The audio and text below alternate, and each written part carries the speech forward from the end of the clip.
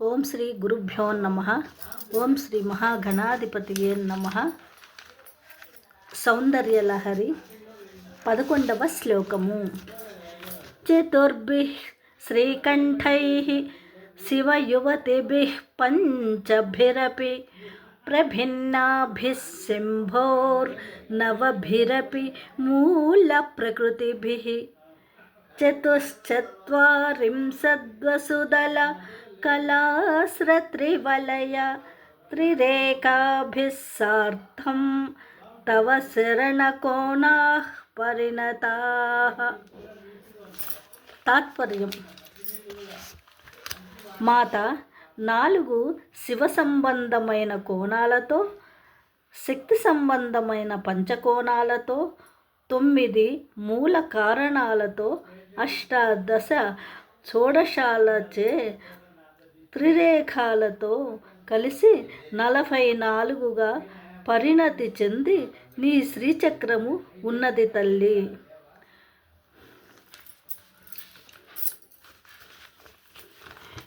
ఈ శ్లోకము 8 రోజులు రోజుకు 1000 సార్లు పారాయణం చేయుట వలన సత్సంతానము కలుగుతుంది.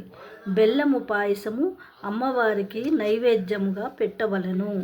ఆఖరి రోజు 8వ రోజు మహా నైవేద్యముగా పెట్టవలెను.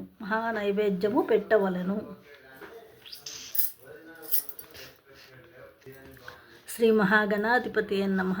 ఓం శ్రీ గురుభ్యో నమః. సౌందర్యలహరి 11వ శ్లోకం. చతుర్భిః శ్రీకంఠైః శివయువతిభిః పంచభిరపి ప్రభిన్నాభిః శంభోర్నవభిరపి మూలప్రకృతిభిః చతుశ్చత్వారింశద్వసుదల కళాశ్రత్రివలయ త్రిరేకాభిः సార్ధం తవ శరణకోణాః పరిణతాః. తాత్పర్యం: మాత 4 శివ సంబంధమైన కోణాలతో, శక్తి సంబంధమైన పంచకోణాలతో, 9 మూల కారణాలతో, అష్టాదశ షోడశాలచే త్రిరేఖాలతో కలిసి 44 పరిణతి చెంది నీ శ్రీచక్రము ఉన్నది తల్లి.